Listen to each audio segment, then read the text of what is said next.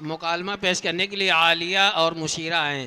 अस्सलामुअलैकुम रहमतुल्लाहि व बरकातुहू। वालेकुम अस्सलाम व रहमतुल्लाहि व बरकातुहू। बहन खैरियत से हो? अल्लाह का शुक्र है बहन। बहन, मेरे जहन में कुछ सवाल गर्दिश कर रहे हैं, क्या आप मेरे सवालों का जवाब देंगी? इंशाअल्लाह, अगर मेरे इल्म में है तो मैं जरूर दूंगी।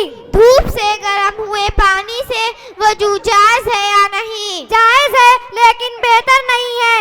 अगर पानी में कोई पाक चीज मिल जाए, मसलन साबुन वगैरह, तो उससे वजू जायज है या नहीं? पानी में कोई पाक चीज मिलने से या एक दो वस्फ बदल जाने पर भी वजू जायज रहता है। हाँ, जब तीनों वस्फ बदल जाए और पानी गाढ़ा हो जाए तो वजू नाजायज हो जाता है।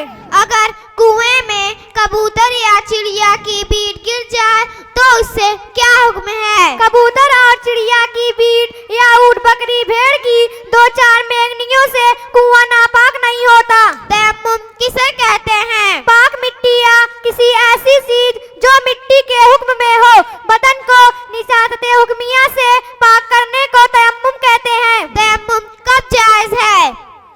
जब पानी ना मिले या पानी के इस्तेमाल करने से बीमार हो जाए, मर्ज के बढ़ जाने का अंदेशा हो तो तयम्मुम करना जायज हो जाता है। वजू और गुस्ल दोनों का तयम्मुम जायज है या सिर्फ वजू का? दोनों का तयम्मुम जायज है। माशाअल्लाह, आपने तो मेरे सवालों का जवाब बहुत ही अच्छी अंदाज में दिया है। आप किस मदरसे में पढ़ती हैं? मैं मदरसा अबू बकर सिद्दीक बैराना चौरा महुआ इलाहाबाद यूपी में पढ़ती हूँ। अल्लाह आपके मदरसे और आपके उस्ताद की हर सुरूर फितन से हिफाजत फरमाए और खैर बरकत अता फरमाए। आमीन। अस्सलामु अलैकुम रहमतुल्लाहि व बरकातुहू। वालेकुम अस्सलाम व रहमतुल्लाहि व बरकातुहू।